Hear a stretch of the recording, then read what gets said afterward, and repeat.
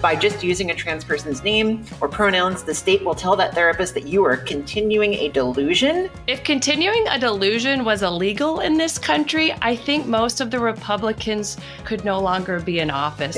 True. We got to address the suburban women problem because it's real. Welcome to the Suburban Women Problem, a podcast from Red, Wine, and Blue. Hi, everyone. Thanks for joining us. I'm Amanda Weinstein. I'm Jasmine Clark. I'm Rachel Vindman. And you're listening to the Suburban Women Problem. This week, we have an exciting announcement to share with you. The Suburban Women Problem just launched a Substack. If you're not familiar with Substack, it's an online newsletter platform, and it'll let you stay in touch with us, not just on Wednesdays, but all week long. You can sign up by going to substack.com and searching for the Suburban Women Problem, or by clicking the link in the show notes. Our guest today is also a very popular Substack. Erin Reed is a journalist and a transgender rights activist, and I can't wait to talk to her. But before that, of course, we have to talk about the news. And I think we also have to talk about, Jasmine, anything going on in Georgia yet? You just started session there. Oh, yeah. So we've started session. We always start the second Monday of the year. And so that means that last week was our first week of session. And I have to say that it started out very, chill, very slow. And then we had the State of the State, which is an annual event where the governor outlines his priorities. And I found it very interesting that our governor mentions Joe Biden more than any person I know. He talks about him like he thinks about him all the time. He talks about him more than any Democrat I ever have conversations with. It's like he builds his entire platform around denigrating Joe Biden. And it's such a strange thing to me because Joe Biden is the president of the United States, but Brian Kemp is the governor of Georgia. And if things aren't going right in Georgia, that actually falls on Brian Kemp. No accountability there. Yeah. And, of course, he laid out the fact that, first of all, Georgia has a $16 billion with a B dollar surplus. And if you think about what a surplus is basically we got money in that we did not spend or we did not budget to spend. So it's a surplus in that you basically, pretended like you weren't going to have this money when you made your budget. But truly, this is not a surplus. It's more of like a disinvestment or a lack of investment in Georgians.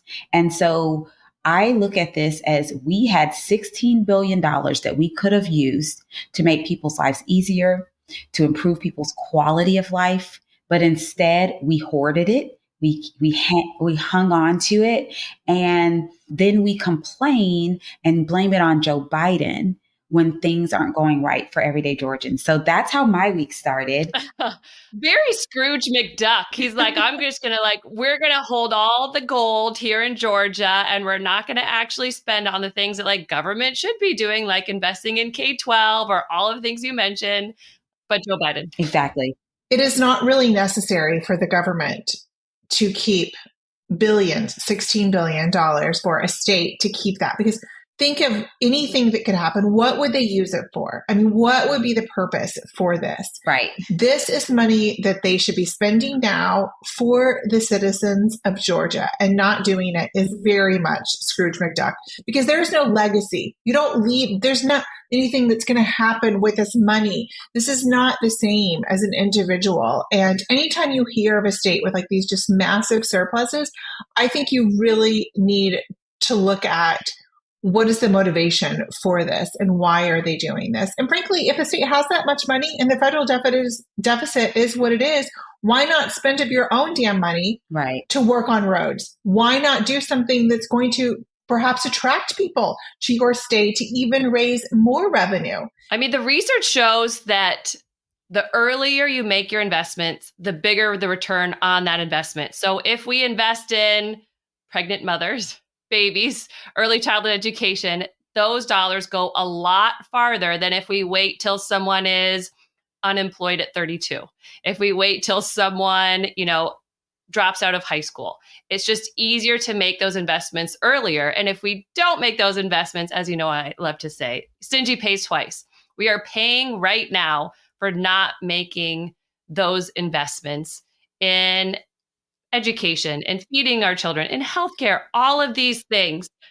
And further, it doesn't really help anyone when we aren't making investments that also lead to the loss of lives, whether it's addressing gun violence or even in, Texas, where they have gone so far as blocking Border Patrol access to save children and women and people who are drowning. But it starts with othering people, which we know, right? Before we even saw a mother and two children die, and before we let them die, it started with othering migrants. It started with othering people. Like, this is where the path to othering people goes. And it is so extreme. And I think we aren't, which, of course, we're having the cost of extremism coming up soon for our limited series, but we know there's a real cost in terms of real lives, real people. And this extremism are just indications that we're going to see those costs really on people. And it's the amount of ridiculousness, which we can laugh at some of the ridiculousness, like Florida's now banning dictionaries because dictionaries have inappropriate words in them. Oh my gosh, like are you serious? Like, what is happening? Like, it's ridiculous. At what point will Florida just not have books? Like, seriously, I'm getting to the point where I'm really concerned about Florida. I mean, at some point, are they just going to ban like reading and letters? Like, do you know what words you can make with letters? My daughter is hoping. Yeah, the students are like, you know what? At this point, why do we even take English and language arts? Like, any book that we pick up might be controversial. So we should just not have to write book reports at all. We should never have to write essays because, at some point I might offend someone. Like, I just don't. Ellie's not going to be able to listen to this episode. I know. Jada as well, actually, when I think about this. She's in high school and there's a lot of writing involved. So I'm sure she would love the opportunity to be like, you know what, you're right. No more essays, no more book reports. But no, I mean, seriously, like, an educated populace is foundational to a strong democracy. And I really think that we have to be very careful about the microaggressions that can lead to really astronomical consequences. And I think this is one of those things. The moment we start where the premise is everything is bad, every book is bad until I say that it is good, we are in a very dangerous place. And who are the gatekeepers that decide what's good and what's okay? Like, is that the road that we want to go down? Because I think that's a very dangerous road to travel. Oh, that's such an important point. I love what you said about how a democracy hinges on having a well-educated populace, right? That is key to their whole strategy right now, right? If you want to tear apart democracy, one way to do it is make sure kids don't have access to education, that they don't have access to books, that they don't have access to information. And that is just the Republican platform. So I want to talk about something actually. So one thing that I've heard a lot lately, and this just really confuses me, is this idea that Biden and Trump are both unpopular, so let's not talk about Biden. I find that deeply, deeply offensive. So if you have someone in your life that feels this way, you're going to have to get uncomfortable and move beyond that. Maybe you're not going to change their mind, but the reason why Biden is unpopular is really due to a bunch of bullshit. Sorry, this is how I feel about this. It's a bunch of garbage. Yeah. Well, it's the Republicans repeating lies over and over until we believe it. And the media letting them. The media does not correct them. Yes. If people feel this way, then you're going to need to say something to them and show them Biden's record because it's not getting out. And if you have to go and arm yourself with facts and rebuke it, because here's what's going to happen. We're going to get to November and you spent all this time talking about the things that are important to you. And there's a lot of things. So if gun violence is important to you, guess what? They set up an office at the NSC to coordinate the whole of government for gun violence prevention. Right. The Biden administration started that office because they couldn't get anything done in Congress because the margins are too small. They couldn't get anything done. And then with reproductive rights, same thing. They are doing the things that they can do.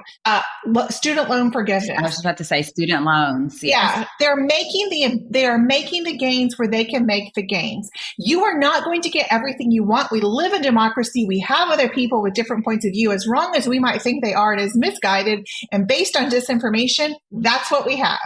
But we cannot ignore what he has just because he's unpopular, because I would submit to you, why is he unpopular? And that's the question we have to answer. But if we don't start laying the groundwork for this, we're going to get to November and we're going to have a lot of people that are like, yeah, what does it really matter? No one's told me what he's done good, so maybe I'll show up or maybe I won't. But because if you think it's bad now, just wait till we get into September, October, November. It's going to suck. Oh, yeah. So these are the plans of attack, the ways of attack. And if there's any success, it's going to continue. We have to lay that groundwork now. And I don't know, as you can tell, this is something I feel very passionately about. It's true, though. I mean, we have to live in reality. President Biden is not a dictator, and we don't want a dictator. Exactly. Where do you think, where Georgia got that $16 billion surplus from? They got it because Joe Biden sent CARES Act funding and the infrastructure funding and all these different funds to our state to be used. And what our state did was not use them. That's why we have a $16 billion surplus. So let's be clear. He's done things, but he does not get the credit for that. So it is incumbent upon us on the Democratic side to speak up and say what has happened, because when we don't do it, don't expect the other side to do it for us. Yeah. They're not. They're going to lie. Quite the opposite, actually. Yeah. But it also means we need to talk about the good news. Yes. Right? We need to talk about the good thing he's doing. We need to highlight that it's not as easy for that stuff to go viral. So we need to be the ones that talk about the good news over and over again. And there is actually a lot of good news, right? The economy being a big one. The economy is doing very well. And we're seeing lots of wins, not only in the Biden administration, but all over the country. Yeah, we are seeing some good things. And I think that it's important, especially on our side, to celebrate the small victories. These are things that I've been saying since like the beginning of the pod. And some of these victories aren't even really small. They might seem small in the overall scheme of things, but they are victories, and we need to be shouting them from the mountaintop. So one amazing victory is that St. Paul has sworn in a historic all-women city council. We were talking in our group chat about how a lot of times women have imposter syndrome and they don't really go out for these things because we already feel like we're under a microscope, we're heavily scrutinized. And so we're very hesitant to, run for these leadership positions. And a lot of that has been changing over time, which I'm very happy about. I am a product of some of that change. And so it's very nice to see that here in Minnesota, these women went for it. And now I'm actually really looking forward to seeing how they govern and how they do things in their city, while also being very mindful that they will be heavily scrutinized. Absolutely. Because they're an all-women city council. So I'm giving a shout out to them. I think it's amazing, but I also want us to be very careful about how we approach their wins and maybe some of their losses if they have some. It's natural. Yeah, but you're right. We it's have a thing that happens. Yeah, we have to kind of 100% remember. Yeah. So I'm very interested in seeing it while also being mindful of implicit bias and the tendency to heavily scrutinize anytime women are in positions that are normally where men would be. Every time I think of, I can't not mention this, every time I think of women and imposter syndrome, I always think of the period dignity officer in Scotland. The first one they hired is a man. And it just makes me laugh so much that he was like, that's the job for me, period dignity officer. I would be so good at that. Yeah. And he applied and got it.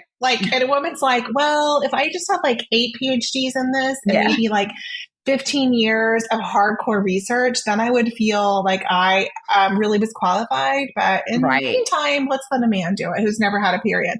But I mean, it's like funny, but also really depressing. But also, like, Danica Rome in where I used to live in Virginia, very close to me. She's now the first transgender member of the Virginia State Senate, and Woohoo! this is where like the Progress. representation. It's absolutely progress, and it's that representation, not just like of coming in and doing a test, like testifying before the Senate, and in hearing her story. It's having her perspective every day in those committee meetings, in the chamber, on the floor, having someone that's right there, and that lived experience represented when the decisions are being made. Yes. I think one thing that's interesting is if you look at we hear representation matters, right? But if you look at the research, like what does that mean to say representation matter? And we're talking today Martin Luther King, celebrating all of the work that he has done. And it's interesting because I was actually just reading the economic research on this. And when you have, for example, Black politicians in office, employment in the city goes up for their Black constituents. I didn't quite see it like this clearly until I saw this research out, where like when we say, that representation matters, like that it can have such a broad impact, not just for kids who are seeing themselves, and I might want to do that, as important as that is, but it has immediate impacts across the country. Absolutely. I know for a fact, and we talked a little bit about this in our group chat, about how my daughter really doesn't suffer from imposter syndrome the way I have.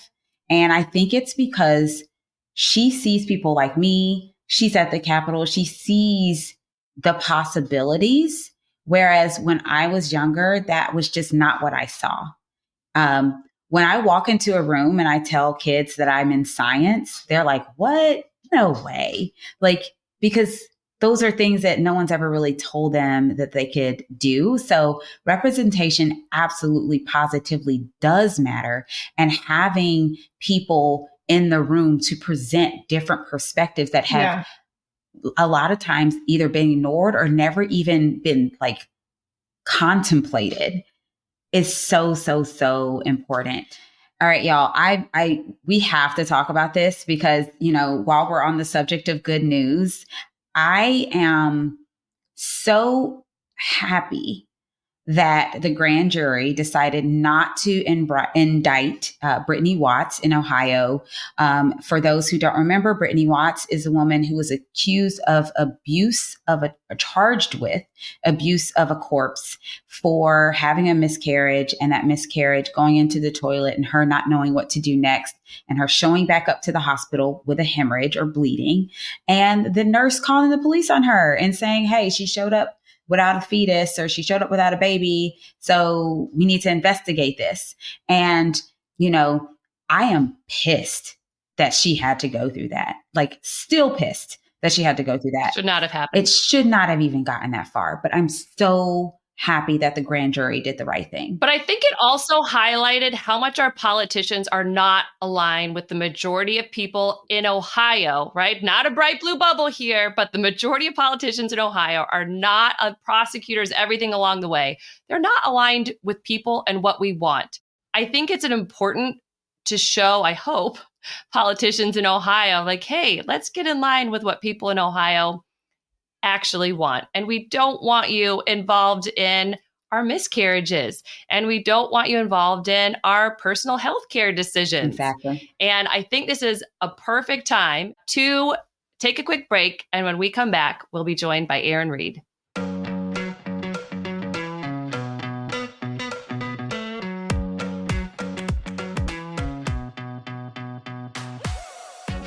As Amanda mentioned at the beginning of this episode, we are so excited to officially launch our brand new Substack newsletter. It'll be a chance to go deeper into our topic and guest each week, share troublemaker stories, and news you need to know. And pretty soon, we'll be sharing video from the pod, bonus content, and more. You can subscribe by going to substack.com and searching for The Suburban Women Problem, or by clicking the link in the show notes.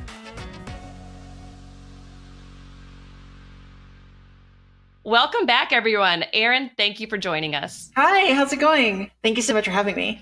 So on last week's pod, we talked about Ohio Governor Mike DeWine's veto of a bill that would restrict gender-affirming care.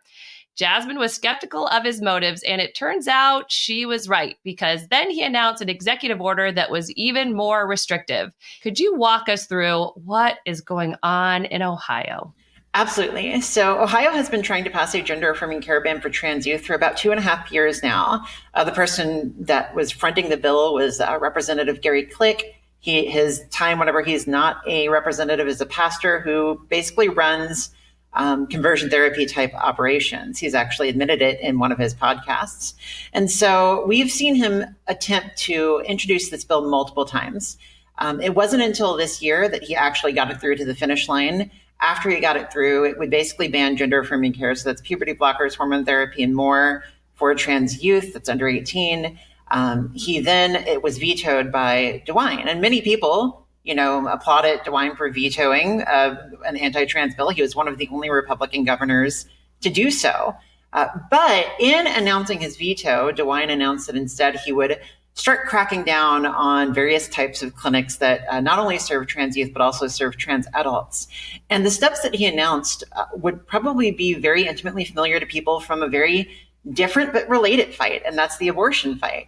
So, for instance, many people will remember how in order to ban abortion in places where they didn't do outright bans, they would mandate that hallways be 12 to 14 feet wide instead of 10 feet wide. They would make it so that you can only have an abortion clinic within 5 miles of a hospital, and you had to have certain numbers of specialists and more. And so the end result was that most of the clinics shut down. And DeWine's restrictions that he announced in the vetoing of the trans youth care ban were essentially mirror images of that. Things like you had to have a bioethicist on staff to sign off on care.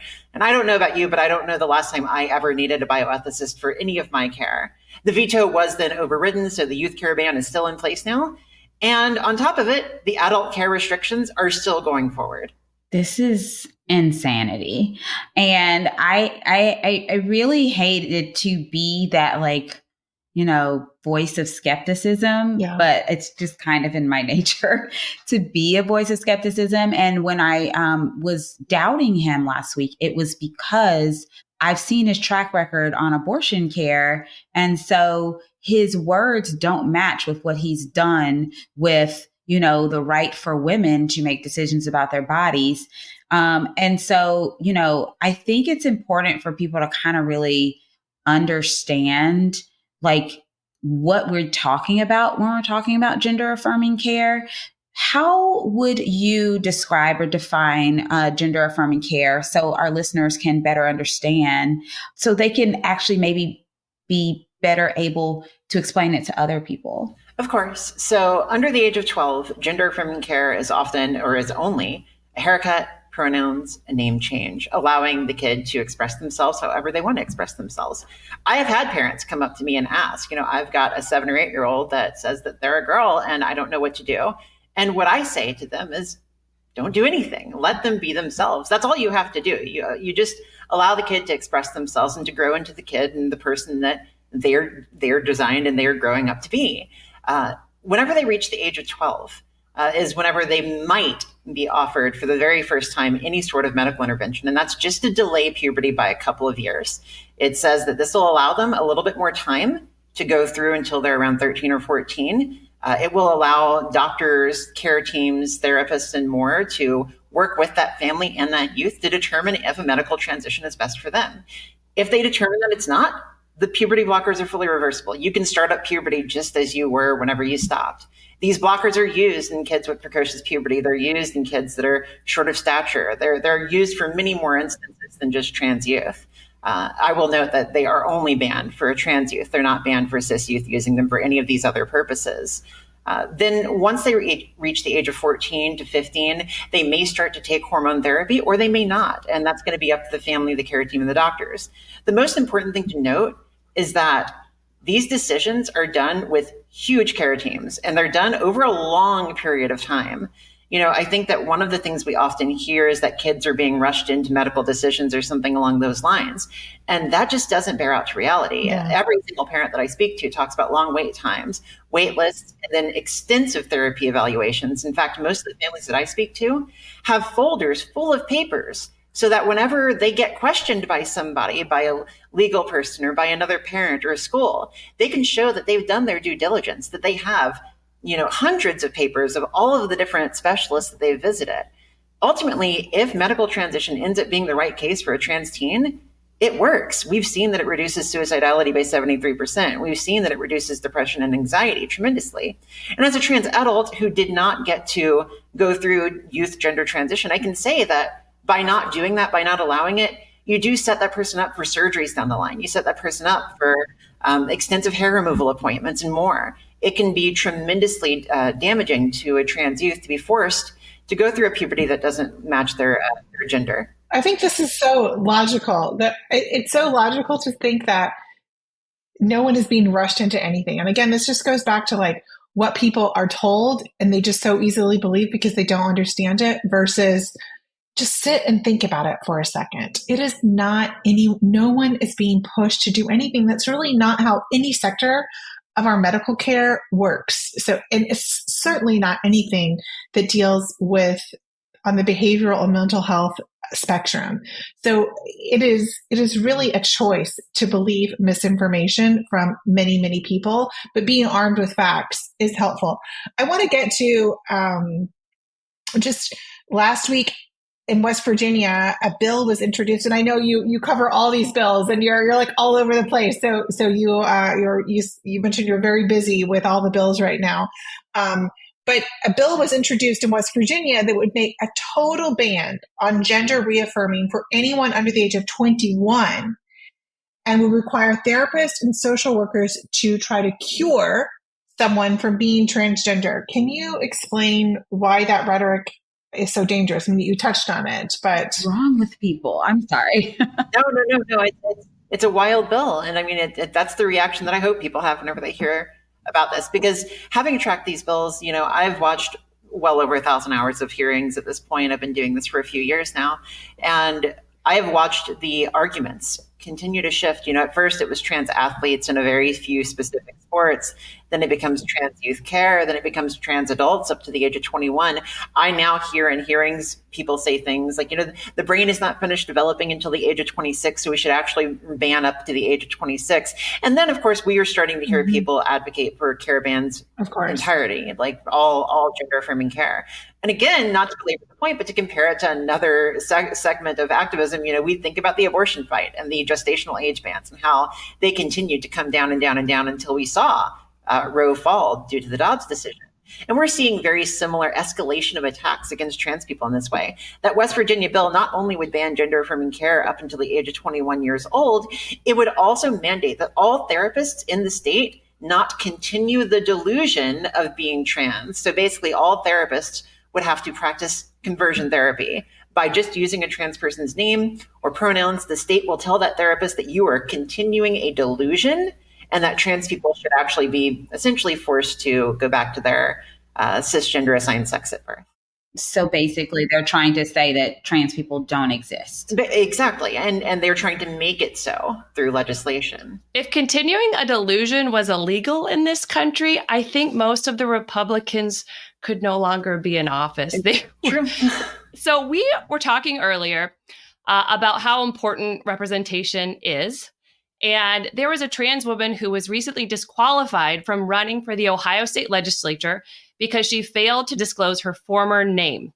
Most people wouldn't even know that's a requirement. So what are your thoughts? What are some other ways that trans people experience barriers in politics? Yeah, so you're probably going to continue to hear this in the news from Ohio. In Ohio, there was a trans woman who was disqualified from running for office because she didn't list her former name. There's an obscure law in Ohio that says on the petition, you have to list your former name. It does not apply to people who change their names for reasons of marriage or for a few other reasons. I was just have to say, what? I was just wondering that too. And in fact, it's such a non-used law that the entire 34-page manual for how to file your petition given by the Secretary of State of Ohio doesn't list it anywhere. The petition itself does not have a spot to put it. The little name box is like this tiny, and there's no other place to put your former name. And so this isn't something that basically has ever been used. But for some reason, whenever a trans person filed their candidacy, somebody remembered this old law from a few decades ago. But this isn't the only place where this is happening. You know, they've used transphobia as a vehicle to enact anti-democratic processes in the past, already this year. Many of your listeners might be aware of my fiance, Representative Zoe Zephyr, out in Montana, who was silenced specifically for speaking to the harms of an anti-trans bill. She's forced out of her legislative seat. She was forced to sit in the hallway and vote from the hallway. It was a big thing. And so I'm intimately familiar with this idea that, you know, trans people are just going to be used as a vehicle to bring back more anti-democratic systems. And they're doing that right now. Well, in fact, just 3 days into 2024, 125 anti-trans bills introduced across the United States. That's more than double what we saw by this point in 2023. What's really going on here, do you think? Why do you think the GOP is targeting the trans community? And don't they have anything better to do? Oh my gosh. Yeah, we're already actually, just since that number came out, we are at 220 now. And here's what I have to say about that. I think that the GOP is caught up in a fire. They're just caught up in this rage against LGBTQ people. And it's something that is not, you know, we think about like, why is this happening now? And I want to stress that this is actually not just happening now. Like, this is part of a story in American history that goes back, that we're paying attention to now, thank God. You know, you go back to the early 2000s and it was the gay marriage amendments. You go back to the 1980s and people had to yell for AIDS and HIV research. You go back to the 60s and Stonewall, even the 40s and the 30s. If you go and look at what happened in the rise of fascism in Germany, the very first books that were burned, the very famous picture of people throwing books into a fire that you all saw in your history books, those books were of the Institute of Sexology, which was the first 30 years in trans research.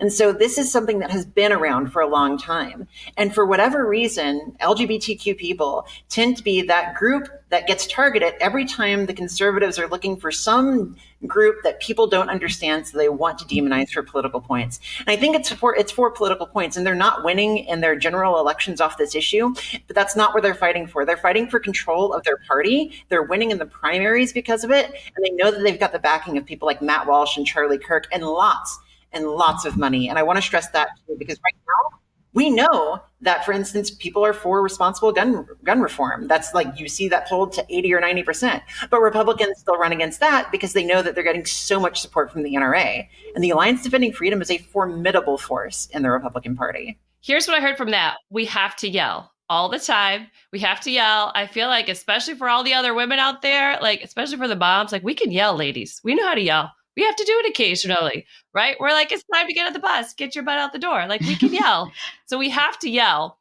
And we often focus on a lot of the terrible news. And as you pointed out, there's a lot of terrible news and a lot of terrible bills out there. But trans joy doesn't get as much airtime. Your own joy made the news last year when your girlfriend, as you discussed, Montana State Rep. Zoe Zephyr, proposed to you. What's it been like experiencing that in the public eye? And congratulations. Thank you. I love her, and she's amazing. We wake up every morning and see each other and get to talk about how important it is that we get to be in this fight together, but also how important it is that we get to share our joy together. And we hear that all the time from people that see us and that take inspiration from that. And I think that, you know, joy is important. It is important to share joy. It's important to share that, you know, that we exist and that our existence is happy. There's a reason why we do this. You know, like, trans people don't just transition because we want to be an oppressed class or something like that. Like, nobody would ask for, you know, to be targeted by every single Republican legislature in the country with 220 bills. We do this because this is who we are, and this is our best ability to express our own joy. And with her, I feel that, like, I get to do that. I get to do that on a daily basis, and I get to see, by virtue of that, other people too get to do that as well. And I don't know, we make each other extremely happy. We get to do this every day, and I'm blessed for that. It's very rewarding work, but I know it's also very difficult. And so thank you for choosing to share with the entire trans community. And frankly, I mean, just coming and explaining things that I think the three of us, we're eager to understand, and our listeners as well. But there are a lot of places where we really do need someone who understands this at the level that you do to explain it to us and our listeners. And I've learned a lot in this conversation. So thank you so much for being willing to share it in addition to all the other work that you're doing. Of course. Absolutely. Thank you so much. And Erin, I want to talk a little bit about your very successful Substack. So we just announced that we're starting our own Substack, but you have a really successful Substack called Erin in the Morning. So what's special about Substack, and why did you decide to communicate with people in that way? Yeah, of course. So so I started on Twitter. I started whenever I was just reporting on bills as they came through on Twitter. It wasn't a job for me. It was just a thing that I did as a service to the community. Whenever we heard that Elon Musk was purchasing Twitter, I very quickly realized that this would be a dangerous environment for my reporting and my work. And so I sought out other mediums to get my information out, to get information about the bills, the hearings, what's being said in them, videos, and more. And so originally I had actually moved to TikTok, but around last year, I was working in political advertising, and I wanted to leave my job and work on this full time. I wanted to write full time because I knew that 2023 would be a very difficult year. All the signs were there. And so I left. I started a newsletter, left with 2 months savings, and was just stepped out into the void and said, I'm going to do it. And if it fails, then I'll figure it out from there. And very quickly, people thankfully subscribed. They learned about my work. They read my stories, and my stories have been able to make a national impact since then. I've seen it cited in the AP, Reuters, New York Times, Washington Post, and it's been so good to finally have, a trans voice out there that can get the news out there to people and make them understand what's happening. I think that some of the work that I'm the proudest of has been the stories that I've written that have made a difference on the ground. Just last year, for instance, late last year, I wrote a story about Murfreesboro, Tennessee, and how they passed an anti-gay ordinance that basically banned public homosexuality, and nobody was covering it. Like none of the news networks, none of the major journalistic outlets were covering it. And I covered it, and the people there, they were the ones who raised the issue to me. And it gained national press. We saw Governor Gavin Newsom, tweet the story. Everybody talked about the story. And as a result, just a couple of weeks ago, the city council got together and they repealed the law. And so these are the things that I've been so happy to be able to do. And I just hope that my writing can be out there more for people to understand as we are in the midst of this and going into an election year where this is going to be very difficult. I hope that I can at least teach people a little bit about what they're going to see. Your voice is so important. Yes. Such a great medium to contact people where they can hear your perspective from your voice, not someone assuming what your voice is. Well, Erin, it has been so great having you on the pod today. But before we let you go, we like to ask our guests some fun rapid fire questions. Are you ready? Let's go. So you and Zoe Zephyr are one of our favorite power couples. So I'd love to know who's one of your favorite power couples. Ooh, that's a hard one. It's the people that are. I don't really think about celebrity power couples very often. For me, I think about the local couples that are in our community. So Jake and Sadie, friends of mine here. I think about people in Missoula. These are the people that give me hope. The people that are out there in front. I love that. We don't often hear, we hear a lot about celebrities. We don't hear as much as the power couples in all of our lives who are out there working together to make change. Love that. Absolutely. All right, Erin, my turn. So what is your favorite way to spend a Saturday? Favorite way to spend a Saturday actually is happening right now. It's not Saturday, but it is a day off school because it's MLK Day. And right now it is snowing outside. We don't get snow here in the DC area very often. I'm going to be taking my kid out and we're going to go sledding. We're going to run around. It's going to be wonderful. That's fun. All my DC friends are excited and I'm just enjoying that I don't have to deal with it. Well, what are you most excited about for 2024? I think for 2024, I am seeing a groundswell of support for LGBTQ people around youth. And I think that if anything is going to change, it's going to come from the youth in our community. Last year, we saw the most, the biggest youth movement for trans day visibility. And I'm ready to see that again. Oh, it's coming. I'm seeing it here in Georgia, and when I say these youth are locked in, so I'm excited about it too. Absolutely. So last question, where can people go to learn more about you and your work? So erininthemorning.com is where I cover all of these bills and all the biggest cultural moments. So you can read my work there, as well as Erin in the Morning on TikTok and Twitter. Videos, if you're not much of a reader, but you want to watch videos, 1 minute, 2 minute videos that summarize everything. I also talk about all the bills there as well. Oh, that's awesome. Wait, are you a morning person? Is that hence Erin in the Morning? Yeah, kind of. So yeah, absolutely. Also, I'm on Instagram, same thing, Erin in the Morning. You can see the videos there as well. Awesome. Erin, thank you so much for joining us today. Of course. Thank you.